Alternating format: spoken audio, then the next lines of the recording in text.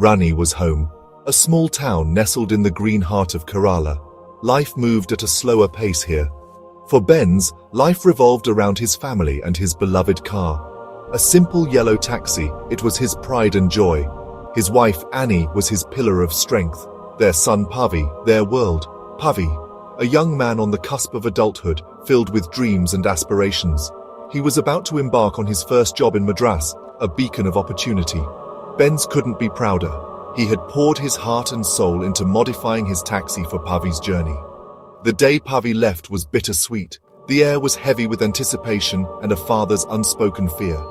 Benz hugged his son tight, whispering words of encouragement and caution. As he watched the taxi disappear around the bend, a strange unease settled in his heart. Little did Benz know, this was the beginning of a journey that would change his life forever. A journey paved with despair, vengeance, and ultimately, a glimmer of hope. Days turned into sleepless nights as Benz anxiously awaited news from Pavi. The phone call, when it finally came, shattered his world. Pavi had been in an accident. His voice choked with fear, Benz clung to the fragments of information. A truck, a collision. Pavi, critical. He had to get to his son. Frantic, he reached out to his brother-in-law, Kutichan. Together, with a family friend, Manian, they embarked on a desperate journey to Madras. Each passing kilometer felt like an eternity. Fear gnawed at Benz's insides, a silent scream building in his chest. Upon reaching the hospital, their hopes were met with a cold, sterile silence. No information, no answers, just a void of uncertainty. Benz's heart pounded in his ears. He searched for his son, his gaze scanning every face, every corner, clinging to a sliver of hope. Hope that dwindled with each passing moment. The accident, they would soon discover, was no mere accident. It was the beginning of a sinister plot, shrouded in deceit and corruption, that would push a father to the edge. Madras, a city that held the promise of a future for Pavi, now reeked of despair for Benz. The hospital staff, evasive and unhelpful, only deepened the mystery surrounding Pavi's disappearance. Whispers of police involvement, hushed tones mentioning influential figures, sent chills down Benz's spine. Kutichan, with his street smarts, navigated the labyrinthine corridors of power, trying to piece together the puzzle. Manian, a pillar of support for the distraught father, offered words of comfort, even as his own heart sank. But Benz was sinking, drowning in a sea of uncertainty. The police, supposed guardians of justice, were revealed to be wolves in sheep's clothing. Their indifference, their blatant attempts to mislead and deter Benz, confirmed his worst fears.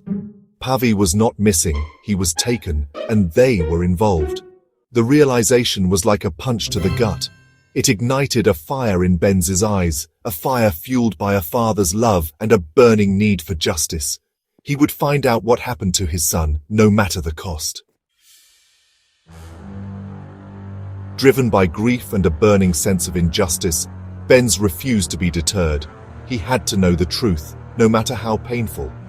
His investigation led him to the murky underbelly of the city, a world of illegal organ trade where human life held no value.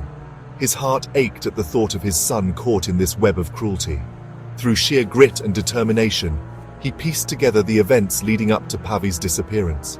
The accident, a staged event, the police, paid pawns in a deadly game, and at the heart of it all, a powerful and ruthless figure pulling the strings.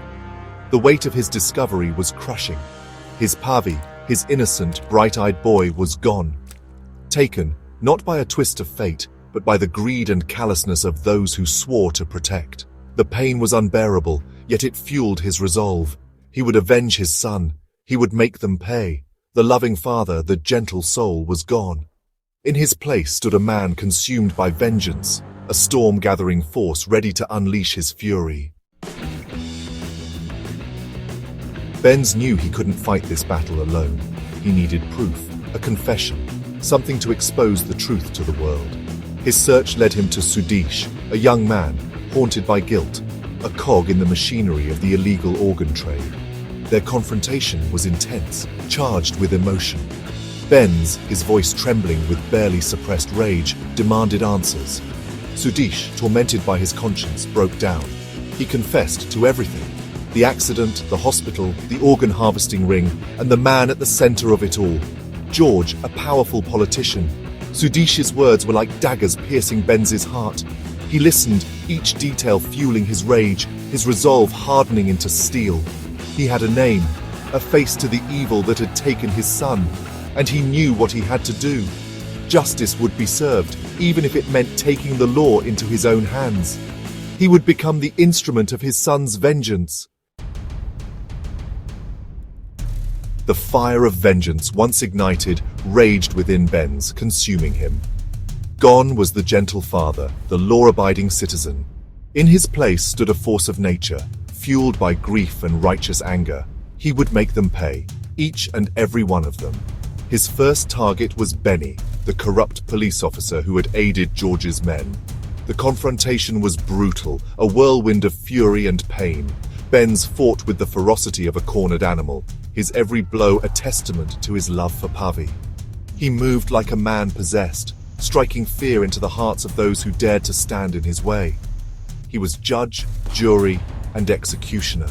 His actions were fueled by a primal need for justice, for retribution. But his quest was far from over. The mastermind, George, still remained, and Benz would not rest until he had tasted vengeance.